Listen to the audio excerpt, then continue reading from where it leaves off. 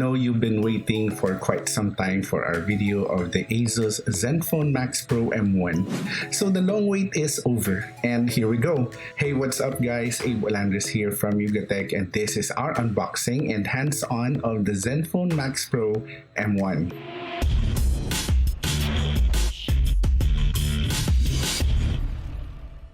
Okay, packaging is quite familiar. We get the same design as the Max M1 and a two-tone color box with this photo icon that we quite fancy. Inside, we get a free jelly case, SIM ejector, all the paperworks, then the unit itself, plus the usual charging cable, earphones with some spare earbuds, and lastly, the charging adapter. There are actually two color variants available, and the one we got here is called the Meteor Silver, while the other one is called the Deep Sea Black. This phone is undeniably the stunner of all the Max series. It has a metal chassis with a simple yet elegant and better looking design compared to all its other siblings.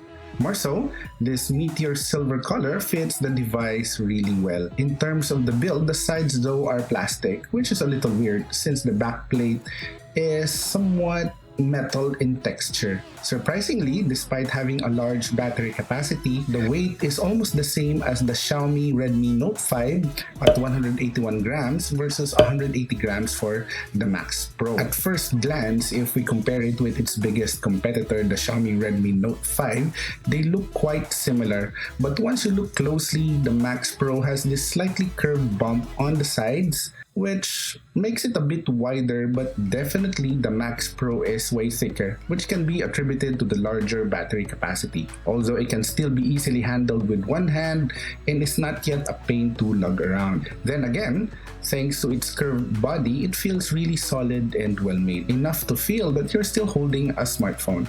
Despite the advertised 6-inch display, the device feels that you're holding a 5.5-inch phone, and that's why it's still manageable and not too hard to hold. The buttons are clicky, tactile, and has a deep, satisfying travel. Sadly though, like the Max M1, the device still uses the old micro USB port. But don't worry, quick charge feature is still supported on this phone.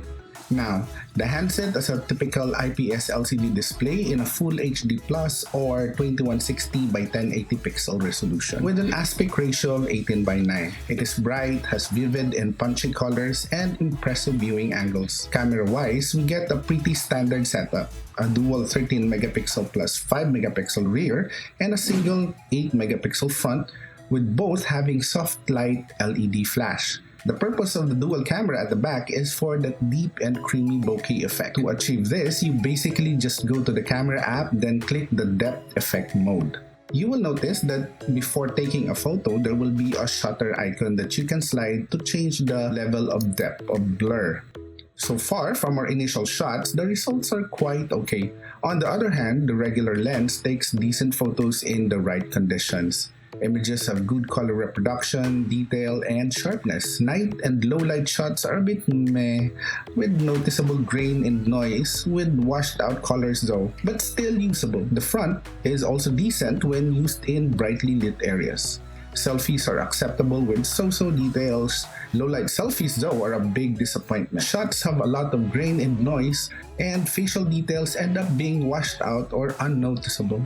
One thing to note here is that while ASUS promotes this as a pure Android system, you will notice that the camera app is customized and not using the stock camera app. Like the Max M1, this phone comes with facial recognition to unlock the device. But we've yet to fully test this out because from our previous experience, it's not that reliable. As what we mentioned earlier, they ditched Zen UI and went with pure Android for the operating system.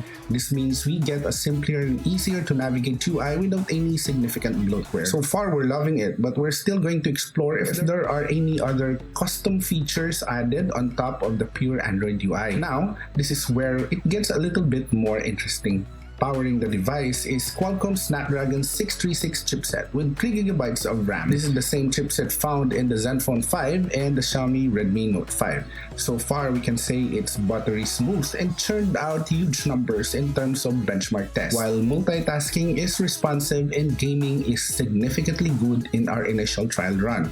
We'll give you the full details on our full review, so make sure to activate the bell icon down below so you won't miss that. Like any Max series, this phone still packs a whopping 5000 mAh battery, so we still expect a longer battery life compared to the previous Max series devices we've reviewed. Alongside with that, ASUS added what it calls flash charging, which is basically a slower version of fast charge in order to prolong and maintain good battery life.